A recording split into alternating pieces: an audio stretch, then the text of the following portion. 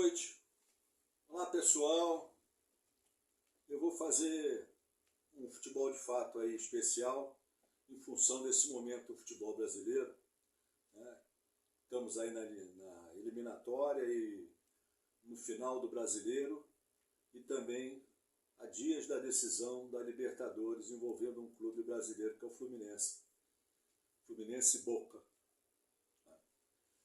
Eu vou começar, vou falar pela seleção, que já faz algum tempo, 3 dias, que nós jogamos aí aquele partidaço contra o Uruguai e aquele partidaço contra a Venezuela. Bom, eu tinha comentado com vocês quando escolheram o Diniz, já no último programa que eu fiz, que eu não acreditava que isso desse certo. Não só porque eu não tenho tanta confiança assim no Diniz, ou ele seja uma tragédia como treinador, é que eu achei que não daria certo. Simplesmente isso. Eu sempre defendi e defendo que uma seleção seja montada, que essa seleção estava sendo montada novamente, o Tite saiu, acabou, levou a galera dele, a gente não, qualquer uma seleção diferente que fosse convocada seria novidade. Que seja montada a partir de um clube que esteja bom, mais outro clube que esteja bom, que você não utilize só jogadores que vão lá para fora, porque esses é que são os craques, teoricamente falando, e eu não aceito essa ideia, não acho que isso é o suprassumo do futebol. Então, preferiram pensar assim, né? Então até agora com essa ideia do Diniz, né? E depois vindo o Ancelotti, que ainda é igual ou pior a ideia.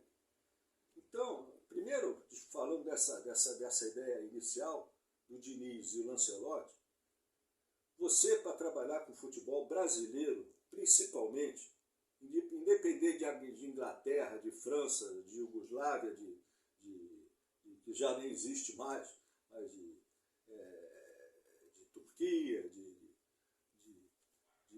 Sérvia, independente de outro tipo de futebol, de outras escolas, o futebol brasileiro não aceita gente de fora. Nunca teve.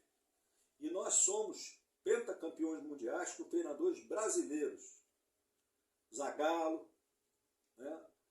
Parreira e Zagallo, o Filipão, a duras penas ou não importa, mas nós tínhamos uma grande seleção de futebol em 2002 e agora a gente não tem mais essa seleção que todos imaginam.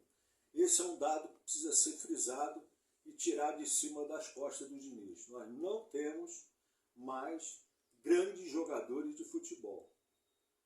Tanto se esforçaram que começaram a dizimar os meias de qualidade, os atacantes de alta finalização, vide o Cano, que está no Fluminense, argentino, que agora já no final da carreira está se destacando, mostrando como se finaliza, e a gente aqui só tem no momento o Tiquinho do Botafogo, né? Não tem outro jogador que seja artilheiro, e até um zagueiro que se destaque muito. A única coisa que avançou no Brasil, na verdade, foram os goleiros. Então, essa eu tiro da conta do Diniz, das costas dele, como tiraria do Tite, de qualquer outro treinador. Mas dá para você armar uma seleção muito melhor do que essa que ele tentou armar agora, porque até agora não deu certo e vai ser difícil que dê, porque a seleção também está com outro problema, que são os cardeais que estão trabalhando nela. São os jogadores que estão sendo convocados que parece que são donos da seleção. Fazem o que querem, você percebe um pouco o caso, você procura reparar na expressão do jogador, a pouca vontade de jogar, a pouca vontade de disputar, a pouca vontade de mostrar que está vestindo a camisa amarela. O salário deles lá fora está falando mais alto. E eles não estão afim de ouvir história ou novidade dos novos treinadores que estão no Brasil.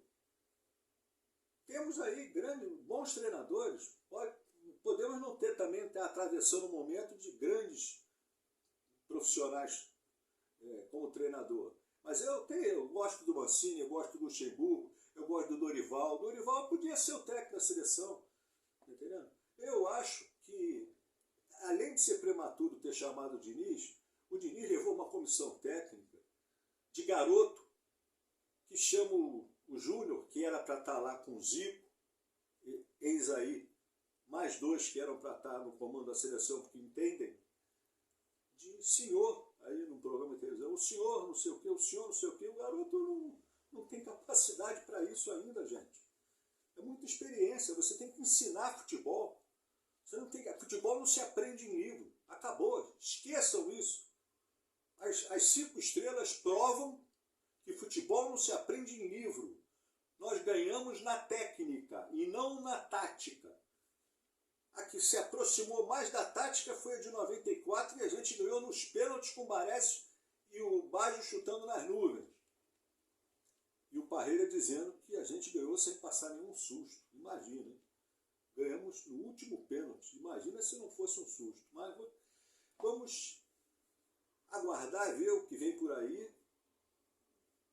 Está muito feio. O Brasil está passando uma imagem pavorosa de seu futebol lá para fora. Desvirtuaram o futebol brasileiro. Destruíram o meio-campo, destruíram a zaga, destruíram a técnica. Só fazem tentar comparar o passado com o presente, que não vai adiantar coisa nenhuma. Porque quem viveu o passado sabe que o futebol do passado era muito melhor. E quem só vive o presente vai sempre dizer que nós estamos... que quem afirma que o passado era melhor está desatualizado, precisa ser atualizado. Então, vamos rezar para que algo mude, porque a manutenção do Diniz não dá. E a vinda do Ancelotti, menos ainda. Só porque ele tem o status de treinador italiano lá fora, o futebol italiano está horroroso há muito tempo.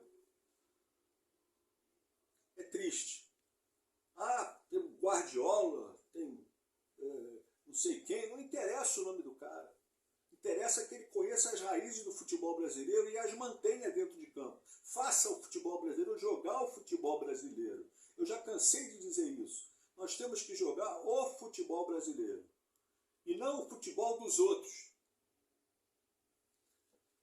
Falando um pouquinho de Campeonato Brasileiro, lamento muito o pessoal que está prestes a cair como o Vasco. É triste você detectar que o Vasco não tem um jogador de futebol. Um jogador. Se não fosse o Ramon Dias chegar aí com raça e tal, ele não estava nem ali a um pontinho de sair da zona de rebaixamento. Mostrou isso hoje contra o Flamengo. Né? O Flamengo ainda tentou uma melhora agora, vamos ver até onde vai essa melhora com a contratação do Tite, né? Que cansaram de errar o ano inteiro, destruíram o time do Flamengo. Né? E o Botafogo tem 9 pontos de vantagem, 7 agora para o Bragantino, mas precisa abrir o olho. Cantar vitória antes do tempo não é um bom negócio e não parece ser. Né? E parabéns à CBF pelos juízes que ela vinha escalando no Campeonato Brasileiro. São a cara da CBF. Mas vamos agora falar um pouquinho da Libertadores. Rapidamente aí, o Boca e o Fluminense, depois de um jogo épico do Fluminense com o Internacional, uma coisa maravilhosa. Né? Uma virada que poucos previam, poucos pensavam que fosse acontecer. Já tinha gente se acomodando, se dando por satisfeito. E o Inter, lá em cima, todo soberano, todo senhor de si, e com a mão na final. O Fluminense é capaz de coisas incríveis. E o Inter esqueceu disso. Desde o início de sua história que o Fluminense ganha partidas. É só parar para pensar um pouquinho nisso, que ninguém é gol de barriga, é gol no último minuto, é 99% de chance de cair, não cai. O Fluminense, isso desde sua fundação, o Fluminense carrega alguma coisa aí que o Oscar Cox deixou preparada e a gente não sabe o que é. Mas eu estou preocupado com com a queda de produção do Diniz em relação ao time. Ele me parece que ele está testando gente, faltando muito poucos dias. Eu já acho um absurdo esse intervalo entre o jogo do Internacional e o dia 4 de novembro. Isso é um absurdo. É a segunda vez que a Conmebol faz isso. Fez isso na LDU. Isso prejudicou o Fluminense, prejudicou talvez a LDU em algum aspecto, que eu não sei dizer, mas prejudicou o Fluminense. E vai prejudicar agora também. Tomara que prejudique mais os argentinos. Porque não dá para entender isso. E o Fluminense já começa a perder é a segunda partida que já perde depois do intervalo da FIFA, da data FIFA que eles chamam.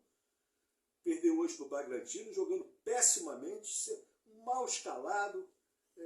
Não estou entendendo. Ele desarrumou o meio-campo não consegue mais se encontrar, não tem jogadas de aproximação, não tem tabela, não tem toque mais de primeira, porque os jogadores não estão conseguindo se desmarcar. E aí ele abre um garoto como esse Diogo na lateral, no lugar do Marcelo, que não era nunca para estar jogando ali, principalmente junto do Felipe, eu já disse isso. São dois jogadores de muita idade para jogarem juntos ali, para cobrirem a marcação. E quando ele podia jogar solto mais lá na frente, flutuando lá na entrada da área, para servir o Cano, para servir o Keno, para servir o Arias, e o Arias voltando e o Fluminense fechando melhor o meio-campo, parou de fazer isso. O Diniz dizimou o meio-campo do Fluminense. E para piorar e para preocupar mais ainda, você, torcedor do Fluminense, que já está com os nervos à flor da pele, preocupado, e dorme pensando no dia 4 e acorda pensando no dia 4. Ele acabou com a defesa do Fluminense. Quando o Fluminense dispensou o Lucas Claro, eu disse aí, tem programa gravado, falei, isso é um erro grosseiro, absurdo, coisa de gente que não entende futebol, porque não é possível que alguém tenha chegado lá e oferecido 20 bilhões de dólares pelo Lucas Claro. É claro que não aconteceu. Deixaram o rapaz sair. E ele com o Nino estavam acertados. Era uma zaga que se fechava muito bem. Um saía, outro ficava. O Lucas Claro dificilmente perdia viagem. Aí trouxeram agora o Marlon há pouco tempo. O Marlon não se encontrou ainda. É um back que ainda parece que está apático. O David não merece confiança. O Felipe não merece confiança. O Felipe nunca foi back. O Felipe está jogando na experiência dele e quando pode, sem perder a cabeça, faz uma grande partida, faz um grande lançamento, dá um bom passe, porque tem experiência e foi um grande jogador de futebol, apesar da cabeça complicada que ele tem. Então, o Fluminense perdeu. Eu quero que alguém me diga se por acaso o Fluminense não chegou até onde chegou ainda há pouco, quinto, quarto lugar, e a final da Libertadores, que muita gente pode contestar. Poxa, Fernando, apesar de tudo, nós estamos na final da Libertadores e você está metendo o pau no clube.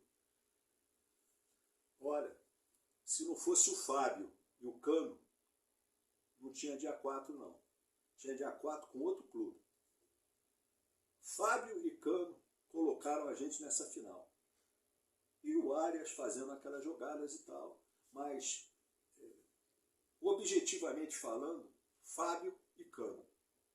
Esses dois. A quantidade de gols que o Cano fez e a quantidade de defesas milagrosas que o Fábio fez, que eu não acreditei, porque com a idade dele ia ser muito difícil, ele se superou e conseguiu, com 43 anos de idade, estar salvando o Fluminense, como salvou contra o Inter, como salvou contra vários outros times, e o Cano também é a mesma coisa.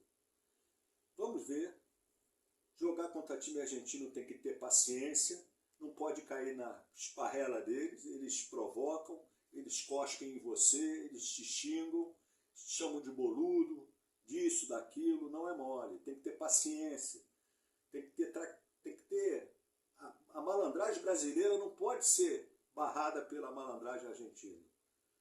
E não adianta também pensar que isso também está preocupando, que você está só ganhando gás, jogando essas partidas a meia bomba. E que no dia 4 o Fluminense vai entrar outro time muito bem escalado e com gás renovado.